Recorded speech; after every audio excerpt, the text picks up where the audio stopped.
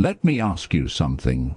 Why do some people walk into a room and instantly command respect, while others fade into the background like furniture? Is it luck, charisma, a secret handshake we didn't get the memo on? Nope, it's habits.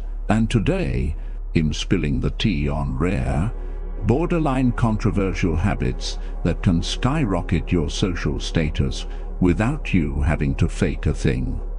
Some of these will make you nod in agreement. Some might make you cringe. And a few, well, let's just say they'll have you questioning everything you thought you knew about being likable. Ready to level up? Let's do this. 1. Learn to tell a good story. Okay, here's the deal. Storytelling is a superpower. It's not just a nice to have. It's the thing that makes people remember you. Humans are wired for stories. It's in our DNA. But here's the controversial bit. Most people absolutely suck at it. Yeah, I said it. We either ramble, overshare, or leave out the juicy details that make the story worth listening to in the first place. So, let's fix that. First rule of good storytelling: make your audience feel something. Nobody cares about the time you went to the grocery store, unless you were chased by a squirrel holding a baguette. Drama, humor, suspense, those are your tools. Use them. Now let me get personal. A few years ago, I was at a networking event. Gee, I know those things are the worst.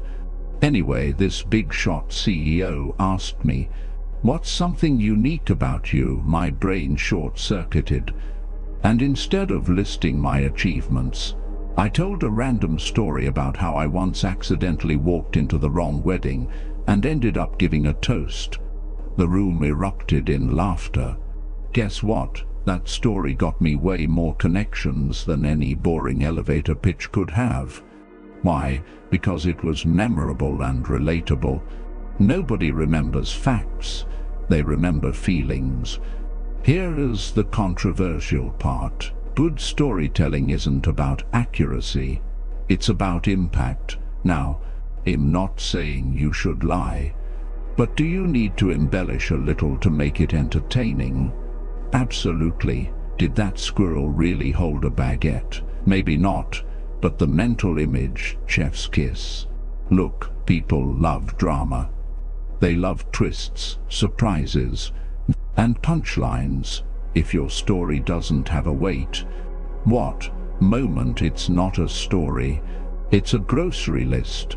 And here's the deeper message. Storytelling isn't just about entertaining others. It's about connecting. When you tell a story, you're inviting people into your world. You're saying, here's a piece of me. Do you relate? It's how we bond as humans. Think about your favorite people in life. They probably have great stories, right?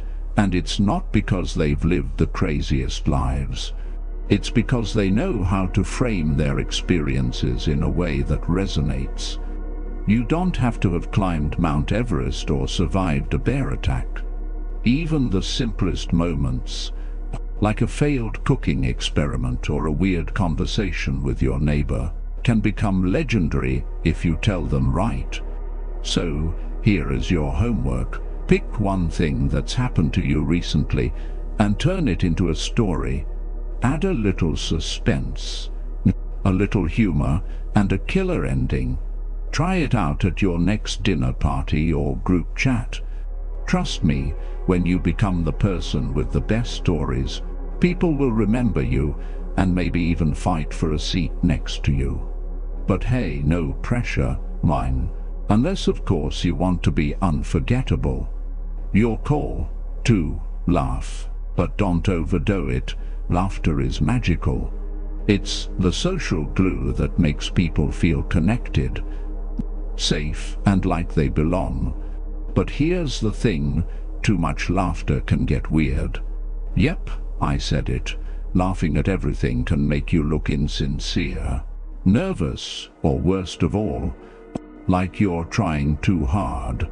Controversial maybe, nay, but we've all met that one person who laughs at literally everything. And let's be honest, it doesn't scream cool and collected. It screams, I don't know what to do with my hands. So, let's unpack this. First, let's talk about why laughing too much can backfire. When you over-laugh at bad jokes, awkward comments, or things that aren't even meant to be funny, it dilutes the moments when you genuinely laugh. People can sense when you're forcing it. And the truth is, forced laughter doesn't build connection. It builds discomfort. Story time. I used to be that person. In college, I had this huge crush on someone in my class. Every time they said anything remotely funny, I'd laugh like it was the greatest joke of the century. Did it make them like me more? Nope. Instead, they started using me as their automatic laugh track. You know, that person they talk to when they need their ego boosted. Yeah, not a good look. But here's the flip side. Not laughing enough makes you look cold and unapproachable. Nobody wants to hang out with someone who's all serious all the time. The trick is finding that sweet spot. The laugh that feels real and connects you to the people around you. And here's the controversial part. Sometimes, not laughing is the most powerful move you can make.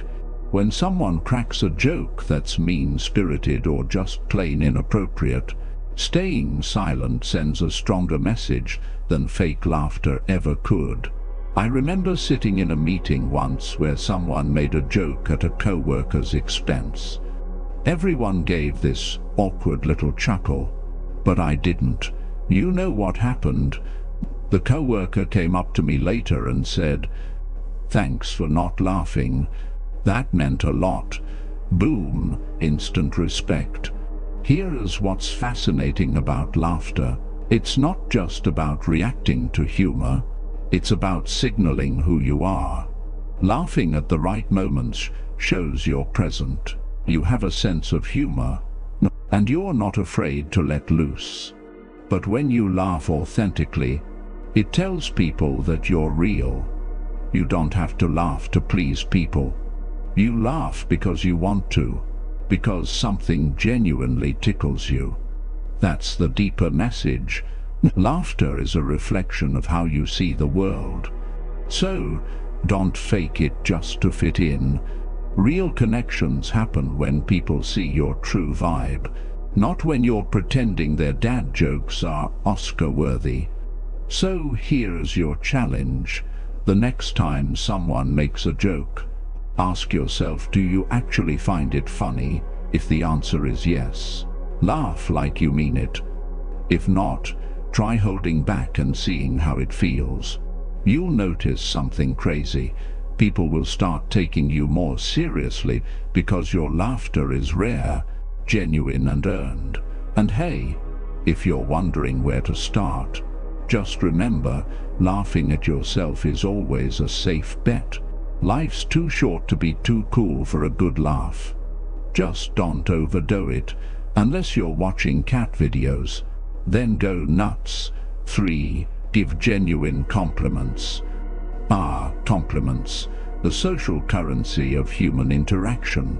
Done right, a genuine compliment can make someone's entire day and leave them thinking, wow, this person really sees me. Done wrong, though, you might come off as fake, manipulative, or worst of all, completely forgettable. Yeah, I said it, forgettable. Giving a compliment is both an art and a science, and a lot of people are out here throwing weak, generic compliments like nice shirt. What even is that? So let's break this down.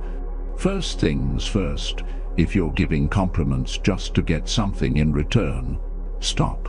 People can smell ulterior motives from a mile away. When your "oh, I love your shoes" is immediately followed by the way, "Can you help me move this weekend?" Guess what? You've lost all credibility. That's not a compliment. That's a strategy, and nobody likes being played. Now here's where it gets controversial. Not everyone deserves a compliment. Yeah, I said it. If someone didn't put in the effort, why are we out here handing out gold stars? Compliments should be earned, not a participation trophy. Let's raise the bar, people. Here's a personal story. A few years ago, I had a co-worker named Sarah. Sarah wasn't the loudest or most popular person in the office, but she had this incredible knack for writing emails that were clear, concise, and dare I say, almost poetic. One day, I told her, "Sarah, your emails are so well written. They make me want to frame them." She laughed, but then she got quiet and said, "Wow, nobody's ever noticed that before." You know what happened after that? Sarah started walking a little taller, contributing more in meetings, and we became real friends, all because I complimented something that was specific and real. That's the magic of a genuine compliment. It makes people feel seen. But here's the thing. Giving a genuine compliment requires effort. You have to actually pay attention. You can't just look at someone and say, nice vibes."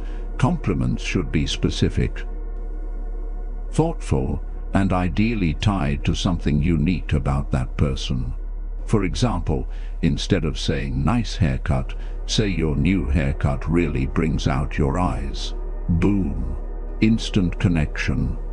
And let me just say this. Complimenting someone's personality or actions will always hit harder than complimenting their appearance. Like, "I admire how patient you were in that meeting," or "you have such a calming presence, makes people feel comfortable." That kind of compliment is rare, and it sticks. Here's another spicy take. Stop using compliments as a way to dodge awkwardness. You know what I'm talking about, when you don't know what to say and you're like, "nice shoes," just to fill the silence. That's not a compliment. That's social noise. Instead, embrace the silence or say something meaningful. People will respect you more for it. And here's the deeper message. Compliments are more than just words. They're tiny acts of kindness that say, "I notice you, I appreciate you." And in a world where everyone's rushing, distracted and focused on themselves, a genuine compliment is a gift. It's proof that you're present and paying attention. And honestly, isn't that what we all want? To be seen, really seen. So here is your challenge. Today, give one compliment that's so real and so specific, it catches someone off guard. Compliment the way they handled a tough situation, the effort they put into a project, or even the way they made you feel. Watch their face light up and watch how good it makes you feel too. And hey, remember, the best compliments aren't just about the person you're giving them to. They're a reflection of you. So make them count. No more nice weather comments. Let's aim higher, people. 4. Own your mistakes fast. Alright, let's talk about something nobody wants to admit. We all mess up, big time, little time, every time. But here's the thing. What separates people who command respect from people who fade into the background isn't their ability to avoid mistakes. Spoiler, nobody avoids mistakes. It's their ability to own them quickly, confidently, and without a truckload of excuses. Sounds simple, right? Wrong. Most people avoid owning their mistakes like it's a haunted house. But here is the truth. Dodging blame doesn't save you. It sinks you. Here's the controversial part. Owning your mistakes can make people like you more, even when you've messed up.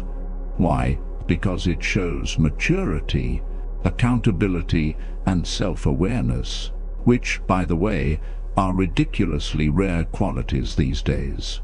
But if you're out here dodging responsibility, pointing fingers, or worse, pretending it never happened, you're just building a big old house of cards. And trust me, it's going to collapse. Now, let me be real. I used to be the queen of excuses. Once, I missed a deadline and blamed it on email issues. Did I get away with it? Sure, in the moment, but people aren't dumb. Over time, I noticed my credibility tanking because nobody trusted me to own up to things. Lesson learned the hard way. Folks, flash forward to a few years later when I accidentally double-booked myself for two important events, a work presentation and my best friend's birthday dinner. Total disaster. Instead of lying, I called my boss, owned up, and asked if we could move the presentation. I also called my best friend and promised to make it up to her big time. Guess what? They both respected me more for admitting my mistake. Turns out, people don't expect you to be perfect. They just expect you to be honest. Shocking, right? Here is why this matters. When you own your mistakes quickly, you take control of the narrative. You're not just waiting for someone to call you out or letting the mistake fester like a bad smell. You're stepping up and saying, "Hey, I messed up and here's what I'm doing to fix it." That kind of accountability is powerful. It shows you're not afraid to be vulnerable. And vulnerability, my friends, is the birthplace of trust. Think about it. Who do you trust more? The person who always seems suspiciously flawless, or the person who says, "Yeah, I messed up, but in fixing it"? The latter, right, because they're real, and real always wins. But let me add a twist. Don't overdo it. There's a fine line between owning your mistakes and turning every little slip-up into a drama fest. Nobody wants to hear a 20-minute apology for forgetting to send an email. Say sorry, fix it, and move on. The faster you address it, the less power the mistake holds over you, and the less awkward everyone feels. And here's the kicker. When you own your mistakes, you teach other people it's okay to own theirs. You create a culture where people feel safe to admit when they're wrong, and that's a gift. Imagine a world where everyone stopped pretending they were perfect. Wild, right? But it starts with you.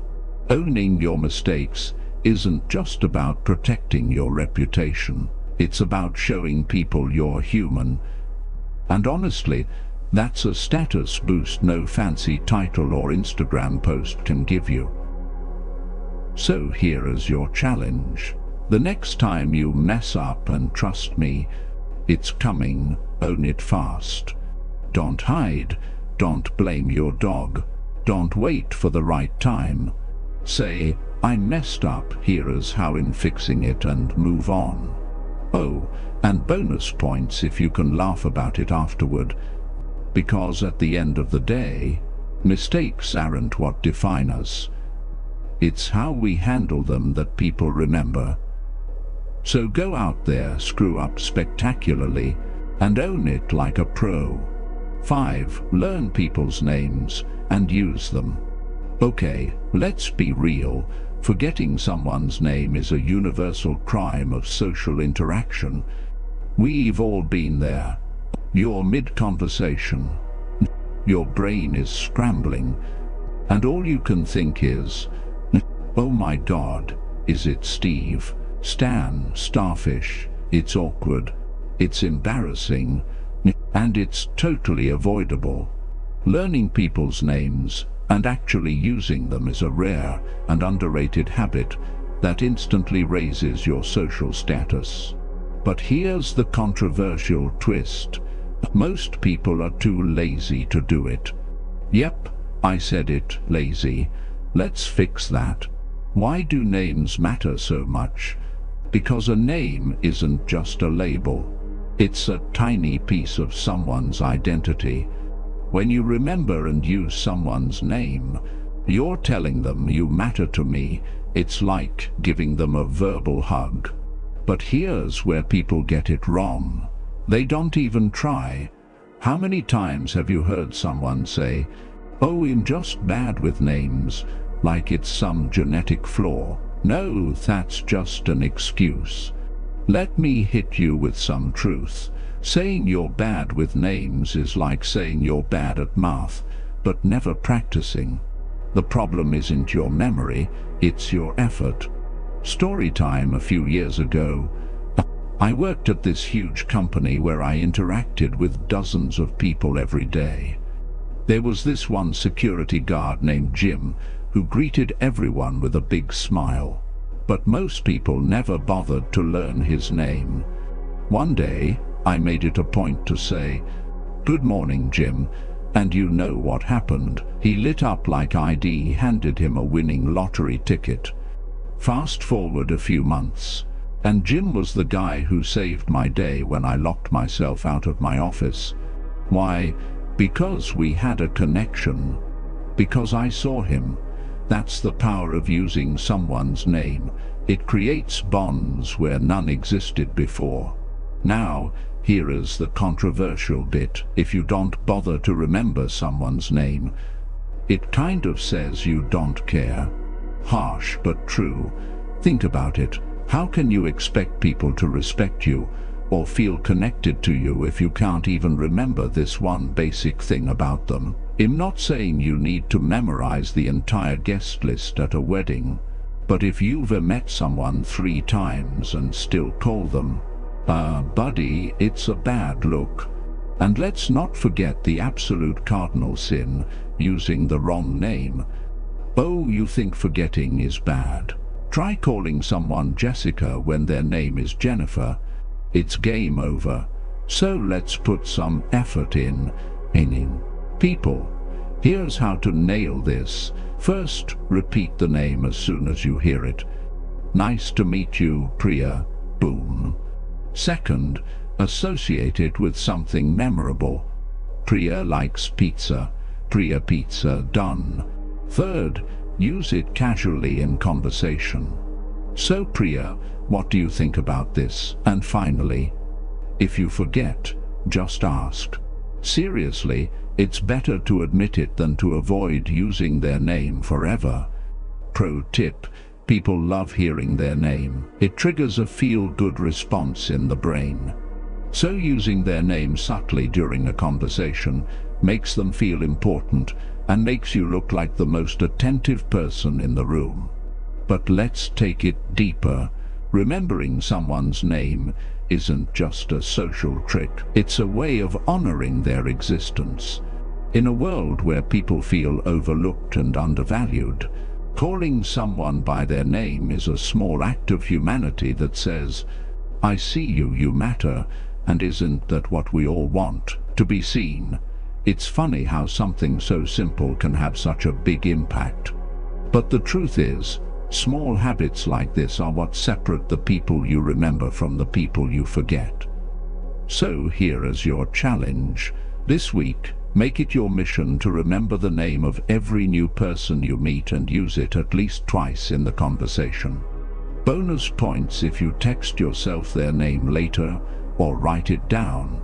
It might feel weird at first, but trust me, when you start doing this, people will notice and they'll respect you more for it. And hey, if you mess up, don't sweat it. Just laugh it off and try again. Because the effort alone says, "I care," and that, my friends, is what makes people remember you. 6. Have opinions, but don't be a jerk about it. Alright, let's address the elephant in the room. Having opinions in a world where people are terrified of saying the wrong thing. Too many of us default to nodding politely and agreeing with what is being said. But here's the truth. If you don't have opinions, you don't stand out, period. Being a human echo chamber doesn't raise your social status. It makes you invisible. But, and this is where it gets controversial, having opinions doesn't mean steamrolling every conversation like a bulldozer at a tea party. You've got to balance confidence with kindness. So, let's talk about how to be opinionated without being, that person. First of all, having opinions is attractive. It shows you think for yourself, have values, and aren't afraid to stand by them. Whether it's your take on pineapple on pizza, yes, it's amazing, don't at me, or your stance on something bigger, like climate change. Sharing your thoughts adds flavor to your personality. But here's where people mess up. They either don't speak up at all, or they go full throttle, shoving their beliefs down everyone's throat. Nobody likes a fence-sitter who's like, "Oh, I don't know, I'm fine with whatever," and nobody likes a know-it-all who treats every debate like it's a courtroom battle. The sweet spot, confident but open-minded. Storytime: I used to be that person who avoided sharing my opinions because I didn't want to rock the boat. Once, during a group dinner, someone asked, "What's your favorite movie?" I panicked and said, "Oh, I like everything." Guess what happened? The conversation moved right past me. But then, a few weeks later, someone brought up We the Princess Bride, and I finally said, "That's my favorite movie of all time. And here's why." Boom. Suddenly, we were debating why it's the best movie ever, and I was part of the conversation, not just a silent observer. Lesson learned: if you want to connect with people, you've got to bring something to the table, your real thoughts, not just fluff. Now, here is the controversial part. You will disagree with people, and that's okay. In fact, it's necessary, but the key is to disagree with grace. Don't roll your eyes or start yelling, "You're wrong." That's a one-way ticket to social pariahville. Instead, say something like, "I see where you're coming from, but here's how I look at it." Boom. You've shared your opinion, kept the vibe respectful, and probably earned more respect than if you just nodded along. Here's the deeper message. Your opinions are a reflection of who you are. They show what you care about, what you value, and how you see the world. And when you share them thoughtfully, you give people permission to do the same. You create a space for real, meaningful conversations, not just surface-level chit-chat. But let me be clear, having an opinion doesn't mean you're always right. Being willing to say, "You know what, you've got a point," or "I hadn't thought of it that way," shows strength, not weakness. It's a reminder that conversations are about learning, not just proving a point. Here's how to nail this. First, know your stuff. If you're going to have an opinion, make sure it's informed. Don't be that person spouting nonsense just to sound smart. Second, pick your battles. Not every hill is worth dying on. And third, deliver your opinion with a side of curiosity. Ask questions like, "Why do you think that?" or "What's your take on this?" It turns a potential clash into a conversation. So here is your challenge. The next time someone asks for your opinion, don't hold back. Whether it's a small thing like your favorite ice cream flavor or a big topic like the best way to solve world hunger, speak your truth, but do it with kindness and curiosity. And hey, if someone disagrees with you, don't take it personally. Remember, your opinion isn't just about being heard. It's about opening the door to deeper connections. So go out there, share your thoughts, and let the world see who you really are. Because trust me, That's what makes people remember you. Alright folks, we've reached the end of our wild ride today. We didn't just talk about raising your social status, we redefined it, because let's be honest, this isn't about flexing on social media or pretending to have it all together. It's about building real connections, creating a presence people feel, and showing up as your truest, most intentional self. But here's the kicker, none of these habits matter if you're just taking notes and not taking action. So let me ask you, what's one thing you're going to try starting today? Is it learning names, owning your mistakes, or maybe just daring to share an opinion without fearing judgment? Drop it in the comments. And hey, no judgment here, unless it's pineapple on pizza.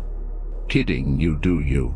Now, if you found even one nugget of wisdom, or at least had a good laugh, do me a favor, smash that like button.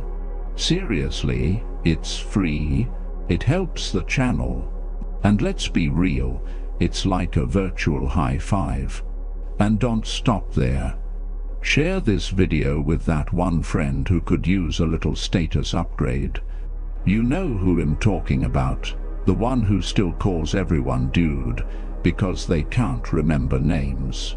Yeah, send this their way. You might just save their social life. But on a deeper note, I hope today's message sticks with you.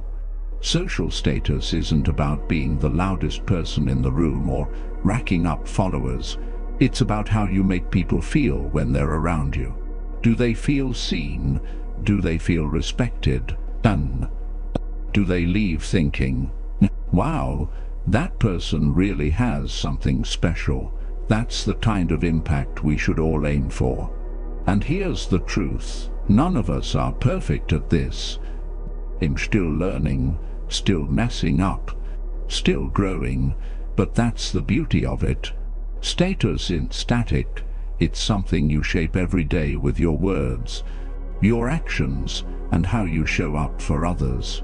It's never too late to level up. And if you want to keep leveling up, you're in the right place. Subscribe and join this incredible community of curious, motivated, and slightly mischievous people who are all about growing together. I mean, who doesn't want to be part of a squad like that? Also, if you've got ideas for future topics, habits, life hacks, or even the weird stuff you're too scared to Google, drop them in the comments. Your suggestions fuel this channel, and honestly, some of my best content comes straight from you guys. So don't hold back. Before I go, let me leave you with this. Every interaction you have is a chance to make someone's day a little better. A smile, a kind word, remembering their name. These small things don't just raise your social status, they ripple out and create a better world. Cheesy maybe, true 100%, so go out there, be bold, be kind, and don't be afraid to be yourself. Because the world doesn't need another copy, it needs you. And hey, don't forget to laugh a little along the way. Life's way too short to take it too seriously. Thanks for spending your time with me today. You're amazing, you're capable, and you're already one step ahead just by being here. I'll see you in the next video. Stay awesome, stay curious, and as always, stay unapologetically you.